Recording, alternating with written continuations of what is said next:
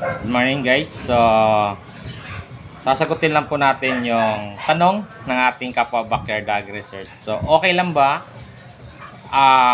makapag-vaccine ng hog cholera kahit anong edad? Halimbawa, lumagpas sa 21 days, 45 days. Okay lang po kasi hindi pa naman nakapag-vaccine. So, napakahalaga po ng hog cholera vaccine.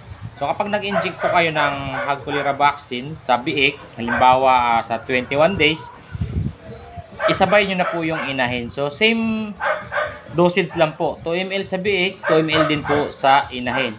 So mas maganda po talaga guys makapag vaccine tayo ng hog cholera dahil yung virus mas okay kung makapag-vaccine kayo sa hog cholera kahit hindi na sa Mycoplasma vaccine. So ang Mycoplasma vaccine, maraming paraan para gamutin at gumaling. Ang hog cholera po kasi wala po kasi guys, yun lang yung protection nila, yung vaccine.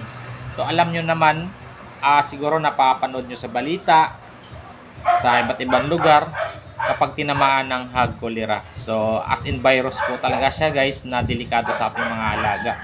So ang pneumonia naman, yes, virus siya, pero marami kasing pwedeng gawin na gamot, pwedeng ibigay na gamot, unlike antibiotic lang, pwedeng alang-alamycin, Bactarid, Sustalin.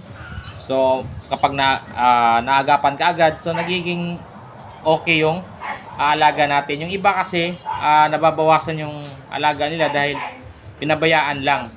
Hindi kasi 100% naka-monitor.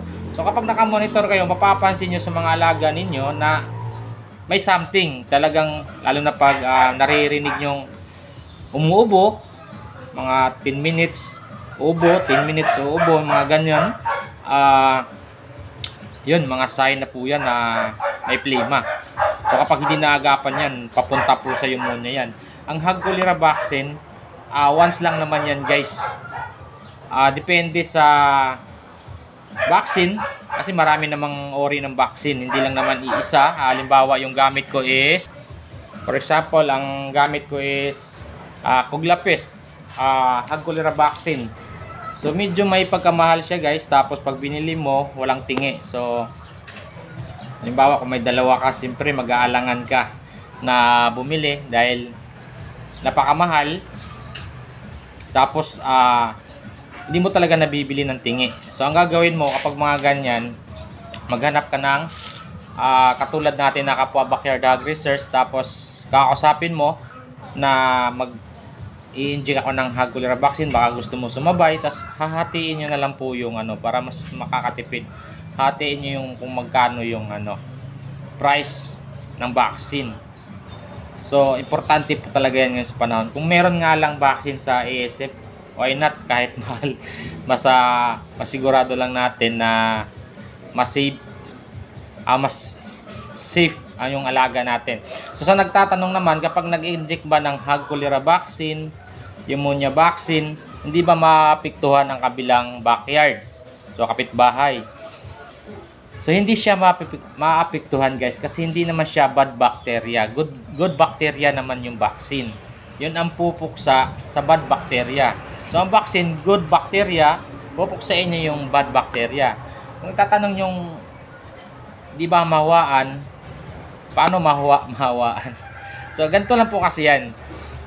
Mas may protection yung may vaccine compared doon sa wala. Halimbawa, pasukin kayo ng virus sa isang area, ikaw lang yung nakapag-vaccine. So unang tatamaan guys, yung walang vaccine. So ikaw medyo meron ka pang panlaban sa bakterya, so hindi basta-basta natatamaan. So ginagawa natin, hihipitan yung biosecurity. Yun po yun.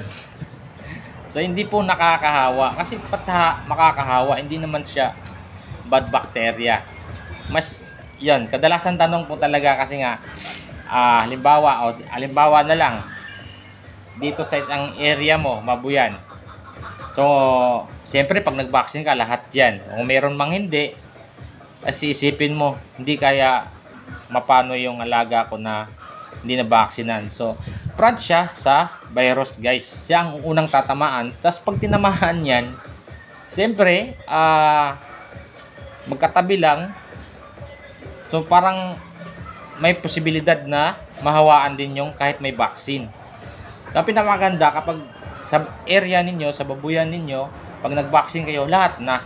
Wala namang ano yung vaccine. Ang vaccine lang kasi pag parang may vaccine na pwede sa buntis, may vaccine na hindi pwede sa buntis. Kaya nga magba-vaccine tayo ng sa inahin kapag nanganak na.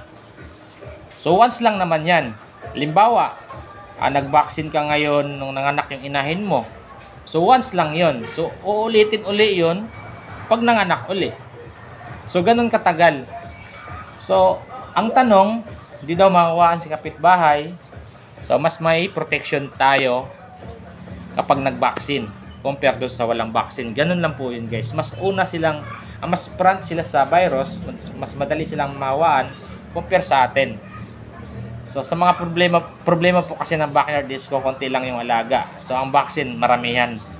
Walang tingi na binibili. So, yun nga yung sinasabi ko, guys.